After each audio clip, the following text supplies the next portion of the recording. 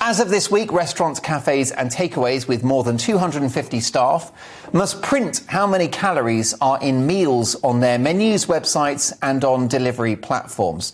The new rule is part of government plans to tackle obesity by helping people to make healthier choices. Some restaurants fear it will increase their costs, while an eating disorder charity says it could continue to contribute to harmful thoughts and behaviours around food for those suffering from eating disorders. Well, to discuss this, I'm delighted to welcome Dr. Derek Connolly, consultant interventional cardiologist, Emily Carver, head of media at the Institute of Economic Affairs, Tam Fry, head spokesperson for the National Obesity Forum, and last but not least, Steve Miller, who is a top weight loss coach. If I could start with you, Dr. Connolly, do you think that calories on menus is the way to go? Well, we've had them for years in many restaurants, and many countries around the world already have it. If you pick up your sandwich at lunchtime, it's already there. And of course, that doesn't stop me buying one sandwich or another, but it informs the population. And this is a democracy. People need to have the knowledge. Now, remember, obesity is increasing. And if we look at, for instance, the United States, they're ahead of us. They're showing that obesity is resulting in a large amount of cardiovascular death. And in 2020, more people died of cardiovascular death, according to CDC, in the United States than died of COVID. So it is a pandemic and it won't be going away. So anything that helps will be good. Emily Carver, this is just public information. You know what you're eating. It tells you how many calories are in it, and you can make the right choices. Yeah, I mean, in restaurants at the moment, the seller, the chef knows more about the product than you do. Now in these restaurants, you'll know your calories. But where I'd pick up your last contributor, I'd say, where is the evidence that this will have any impact on our waistlines at all? You know, this was tried out in New York City in 2004. So that was a good while ago now. And they found that it had literally no impact on people's choices at all. So this is just the public health lobby, once again, just wanting to do something and without looking at the costs benefit analysis of this kind of move. You know, this is quite easy for Burger King. It's quite easy for the Starbucks of this world because they have set menus that are always the same. They don't change very regularly. They have lots and lots of money at hand to spend on compliance and regulations and so on. But for smaller businesses, this is pretty difficult. Businesses that have menus that change frequently, this isn't harmless. This is going to have costs. And then there's also the mental health impact on those who do suffer from eating disorders, which I know from friends, this can be a massive trigger for people. Yes, but is there any downside to providing customers with the information about what they're eating, Emily? Well, no, I think I personally don't mind seeing the calorie count on my menu. But going to a restaurant has traditionally been something that you enjoy and you like, and you're not thinking always about your waistline when you go to a restaurant. It's a treat for most people. This makes it a bit of a miserable experience for some people. And also, you know, why do we need a regulator and the government to get involved with this? You know, businesses do their own market research. If they have clientele that want this information, they can then do this on a voluntary basis. You know, restaurants have been doing it for years. Lots of chains have been. They have this information free on their website. If you want to check in advance, you can. But putting it on the menu just seems like nannying gone mad. And I think they haven't thought through the unintended consequences. Tam Fry, you're the head spokesperson for the National Obesity Forum. Does Emily Carver have a point that there's no evidence that calories on menus makes a blind bit of difference? Well, she's wrong. Right from the word go in 2010, particularly when it was introduced in New York, there was evidence, admittedly, and it was not great, the effect of this ruling, but it certainly showed that about 100 calories a meal was the average that people went down. And 100 calories every time you go to a restaurant over the year amounts to quite a lot. What I looked for immediately once the Americans had put it into New York was to get the reaction from the eating disorders people, because they said that this is going to be pejorative. And the eating disorders people in the United Kingdom said, I tell you what you do, you go to a restaurant, you decide that you're going to have something to eat and enjoy yourself, and you just eat what you want. And if you don't want to look at the calorie count, you don't look at it. And if you want to look at it, then you do. What is so important, as you have pointed out, is that the customer gets the information. We spend a lot of our time now purchasing food where we're told exactly how much fat and salt and sugar there is in any product. And everybody accepts that. And either they look at it and ignore it, or they look at it and pay attention to it. And that can only be for the good.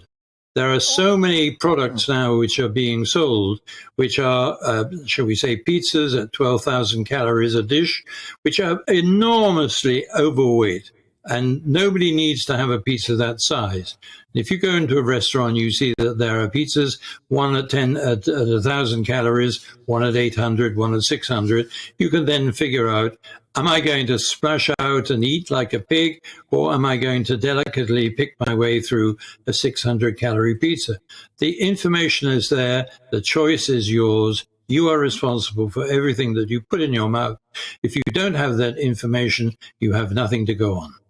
Although Steve Miller, weight loss coach, are calories not a red herring, given the fact that many in the low-carb community believe it's about body chemistry, it's about the certain types of food that cause you to store fat, which would be carbohydrates and sugar, rather than calories per se? The first thing I want to say is I think it's the first time I've ever agreed with Tam Fry, and I think you're speaking sense tonight, I have to say. We have 66% of people in this country that are either overweight or they are obese. We are talking about giving people a tool. I think the points that have been raised in terms of its effectiveness are worth listening to, because I think it will help some people. It won't help everybody. The calories are not in your face. They're in brackets. They're in very small print. And it is a tool to help people to move forward. Coming back to your question, Mark, I say stop making it complicated. We are great in this country about making weight loss really complex, where in fact we should be just talking about calorie deficit and shutting up actually about other things that make people so confused when they're trying to lose weight. And coming now on to eating disorders, we have to put our arm around people that are struggling with obesity. We have to put our arm around people struggling with eating disorders. But it is around 2% of the nation that struggle with eating disorders. And when we talk about eating disorders, let's not patronize people with eating disorders, because actually a lot of people with eating disorders get very angry when they hear this sort of discussion, because actually eating disorders can be triggered from socialization, trauma. Talking about calories on a menu actually is very, for many people, quite insulting. So I think we keep it simple. I think this is a tool. I think it could be a blunt one for many people, but it's a tool in the box that can help our nation begin to slim down, because let's face it, we are getting fatter. Dr. Derek Connolly, how much of a threat is the obesity to the ongoing viability of our National Health Service? Well, you're right. This is a major factor. And it's not just heart disease, it's hip replacements. It's the fact that if you're unfit, you might have to retire early. So this is something that can affect the economy of the country, and particularly the NHS. And I agree entirely that this is something, it's not just calories, you have to eat healthily, but at the end of the day, what puts on weight is calories, and the public need to understand that. Emily Carver, do you think this measure is here to stay? And do you think that measures will get even more punitive, such as a tax on unhealthy food or even a ban on certain ingredients? Oh, definitely. I mean, we see this with the public health lobby. They ask for one thing and then there's the slippery slope effect. It always moves on. Now it's businesses that have 250 employees. That will soon be smaller businesses. There'll be more information that these restaurants have to compile and then put down on these menus. Why stop at calories? Why not the salt, the sugar, the fat, the carbohydrates, everything that makes a trip to a restaurant where you don't want to necessarily think about every single calorie that you're putting in your mouth?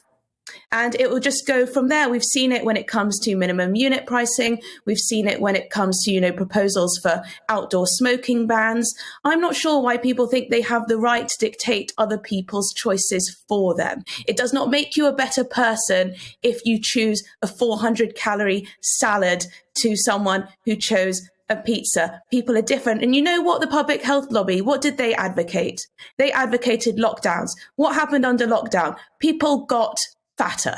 People put on weight. People put on huge amounts of weight during that lockdown. And now what are we doing? We're punishing businesses and restaurants who had to close down during those lockdowns for serving food. And this is going to cost. It's not costless. And the benefits, no one's been able to measure what the benefits of these things will be. It's not going to have the blind bit of difference. However, Emily Carver, we've got to do something, haven't we? At the moment, the cost to the NHS of obesity is estimated to be around 6 billion, but many will tell you it's far more than that already, especially if you take into account indirect symptoms like knee replacements for young people and the management of type 2 diabetes. Yeah, obviously we have a problem with obesity in this country that's worsened over recent years. There isn't really a case study in the world that shows us a perfect system where somehow people have all got fitter as a result of government intervention, as a result of government policy. I think the best thing is education, and we've got that going on in the market. Businesses are, developing apps. They're developing, new nutrition information, classes for exercise, etc. We've got a huge industry that's all about getting fit and healthy. Then it's up to people to make choices. But Emily, why not clobber the food giants who are selling us this crap? Well, I think people should have a right to choose what they put in their body. If that means you're going to have a burger, then that's fine too. I agree with giving people information. As I said before, I personally don't mind having the calorie count on the menu, but I think we have to stop pretending that these interventions are costless and that they'll make a difference at all to people's waistlines. Steve Miller, briefly, you are the founder of a business called Fatnosis, Mindset and Motivational Weight Loss. Straight talking, ballsy weight loss with heart and humour. You've had a lot of success with your clients. How do we get slim? Do you mean from a society perspective or as an individual? Well, if there's anybody watching this show, you're a weight loss guru. Your website is yourweightlossmaster.co.uk. What is your approach? I think there are three things we do.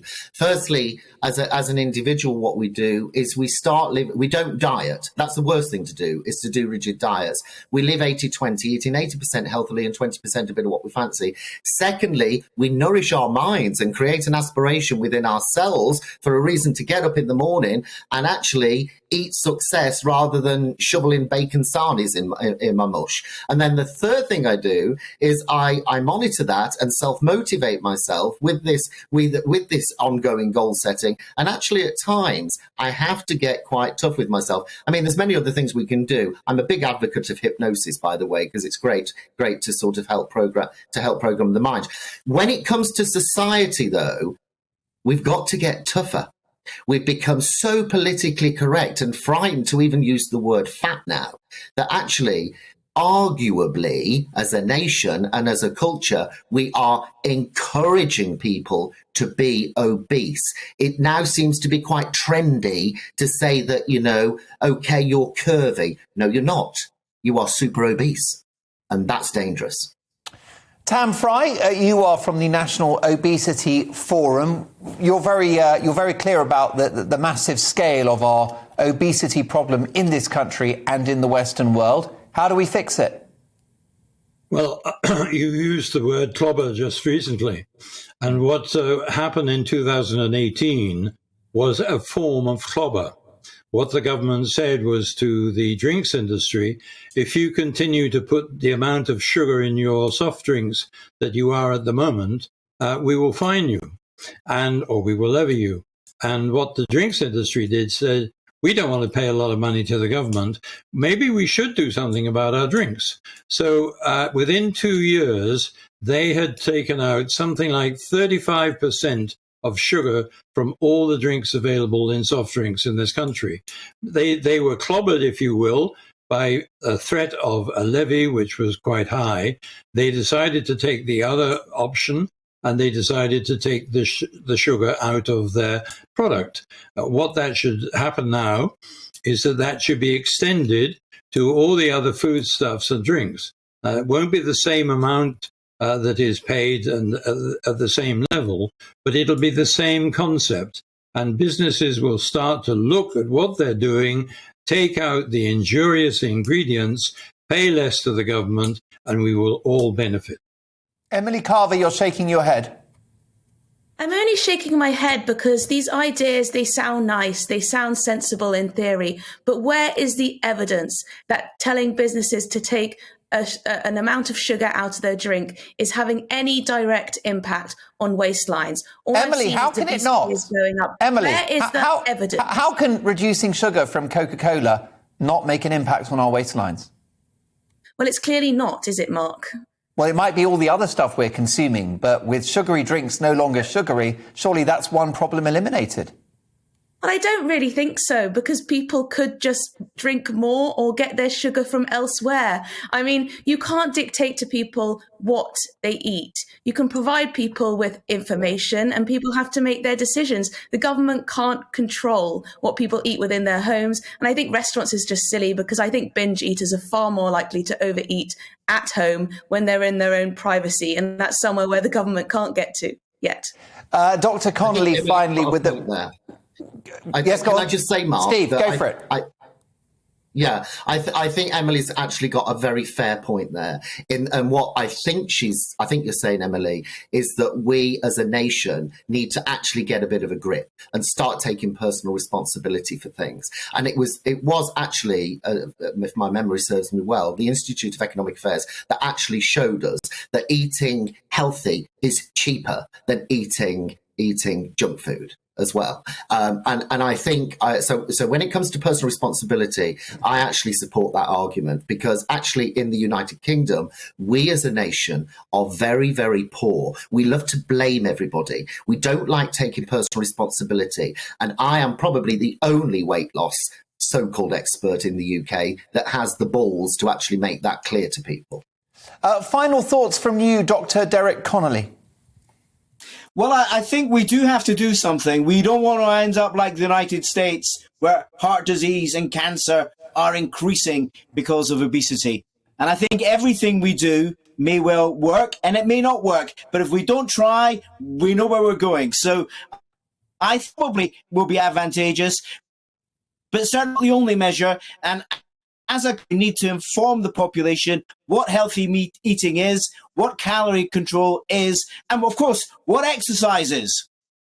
Well, I couldn't agree more. If you want to find out more about Tam Fry's organisation, you'll find them at the nationalobesityforum.org.uk. My thanks to Tam Fry, who is their head spokesperson. Steve Miller is a weight loss guru. His website is yourweightlossmaster.co.uk. Google Fatnosis for more. My sincere thanks to a very good friend of the show as well, Emily Carver, head of media at the Institute of Economic Affairs, and a regular contributor to the show, Dr. Derek Connolly. Thank you so much for joining us as well, consultant interventional cardiologist. Well, what do you think? Is it acceptable to put calorie counts on menus, or is it the nanny state gone mad? We've got the results of our text poll.